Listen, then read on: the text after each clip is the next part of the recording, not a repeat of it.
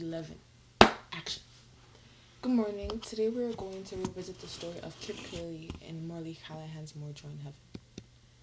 As we can remember, the main character of this text is an ex-convict who is intent on becoming a useful and honorable human being.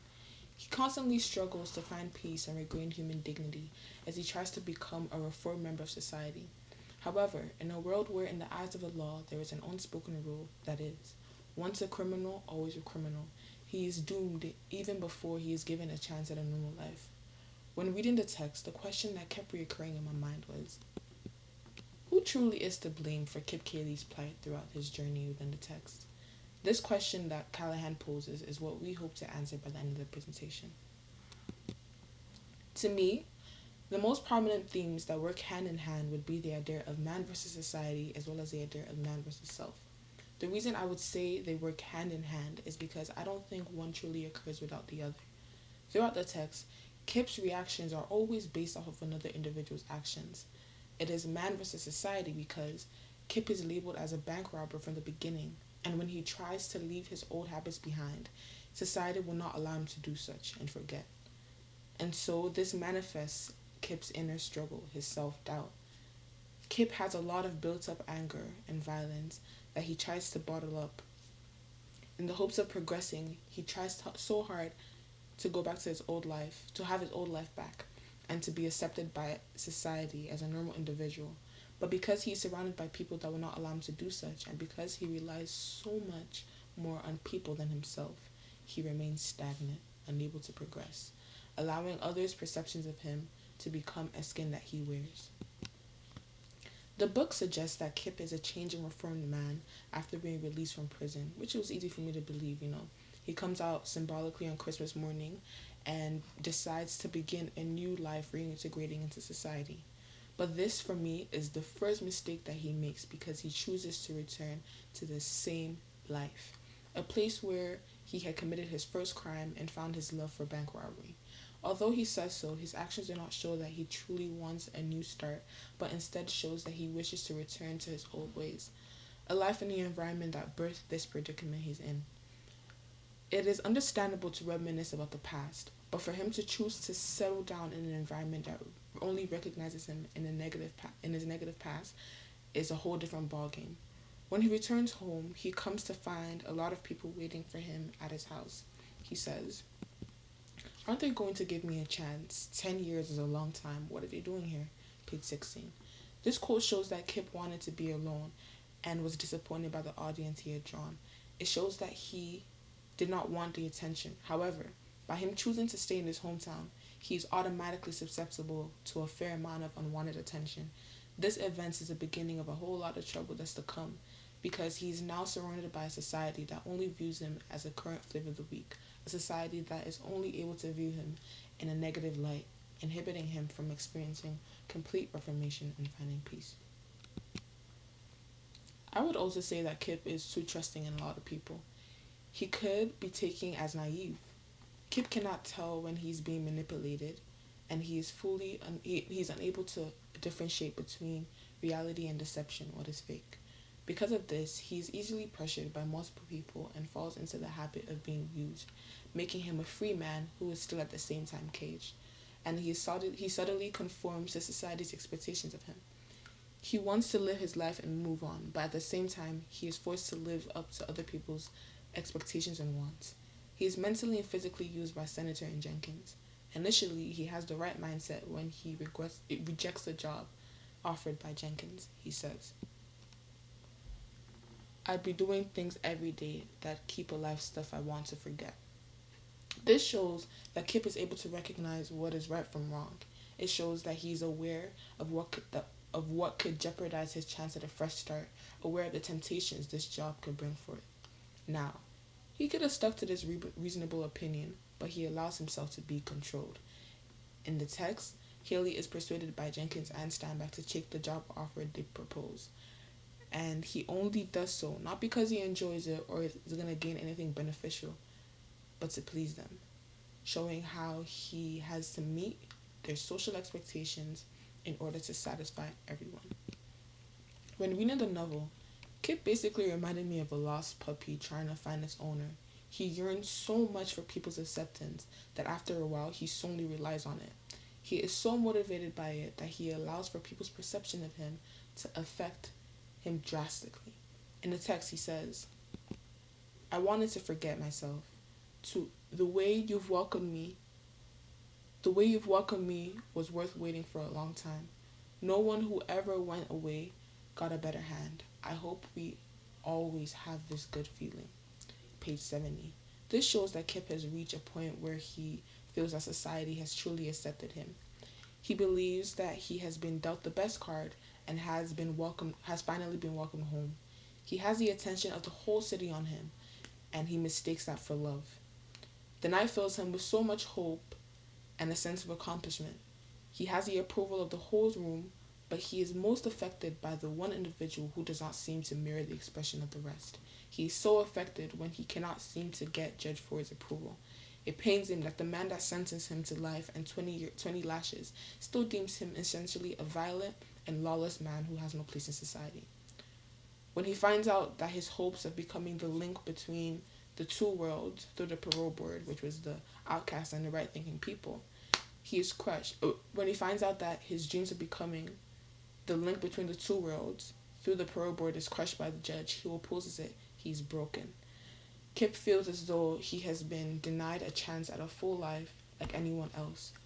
Where the judge believes that justice is a pattern that must not be broken just because they want Kip to fit in, Kip only interprets this as a way of him saying Kip ought to be in prison. As a result of this, he allows his reaction to in fact underline the judge's opinion. He becomes violent, removes his clothes to reveal the stripes from the lashes, which is the price he had to pay to get to where he is. And he allows what the priest thinks of him to cloud his sight of who he really is, causing him to doubt himself. In the end, when he becomes aware of himself as an individual, he also discovers that he's in complete opposition with the society. He's alienated by the environment that creates and destroys him.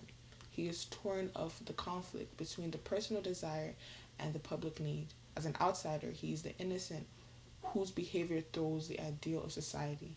Kip tries to go his own way in a society that demands mass thinking, but he fails.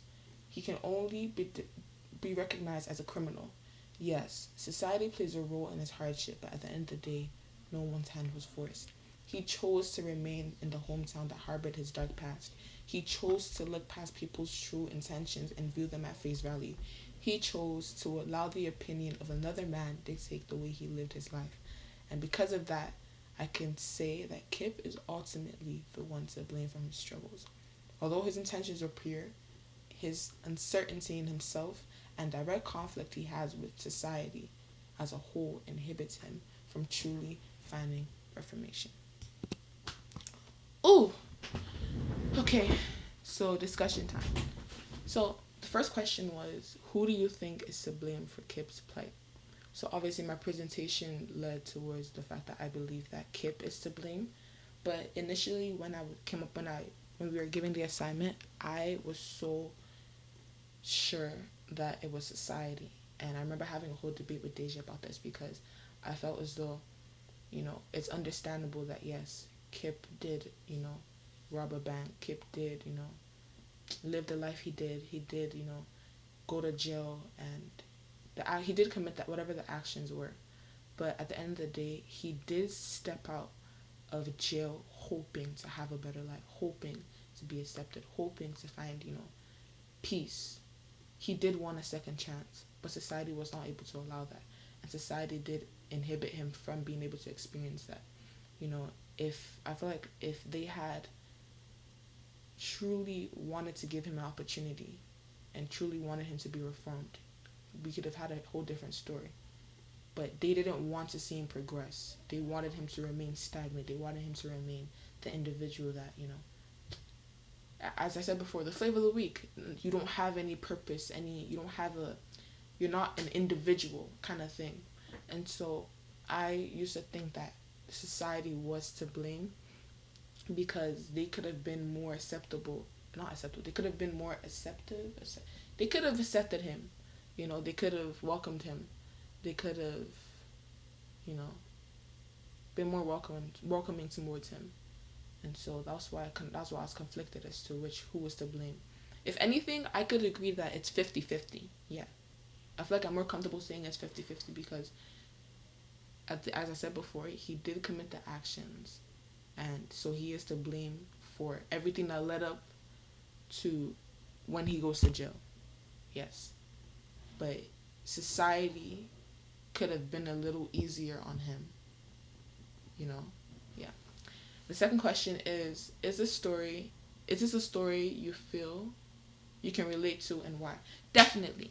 Because I feel like we as individuals were always, influenced by different people, were always influenced by third parties, and some of us, or if not most of us, allow it to affect who we are as an individual. We allow it to dictate the way we live our lives. We allow it to, affect us. But then again, there's the other half who recognize that as only words, and people who recognize that you are in control of your life, and you can, you know, fight your own battles, and you can choose to live the life the way you want to, not because someone else says this is how you have to. The last question: do you like, dislike, or sympathize with the character? Explain. I definitely sympathize with Kip, because when I was doing the assignment, and I talked about how he was naive and how he was easily manipulated. In a sense, that could have also been looked like, if I was doing the other, how society is to blame. I could have looked at it from a standpoint where they manipulated him because he was so optimistic, because he was so naive, because he was so, you know, so open, open to a lot of things, open to a lot of people, so trusting to people. And so I sympathize because he came at, a very, what's the word I'm looking for?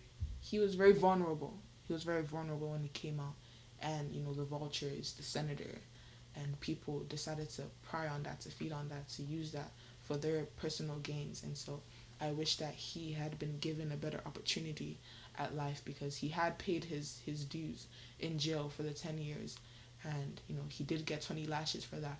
And so he for robbing a bank, so he had paid his dues. And so I felt like society could have been more welcoming and more understanding as to him wanting to start a new life and just have a place. Yeah, so that's what I think. Yeah, thank you for listening. Bye.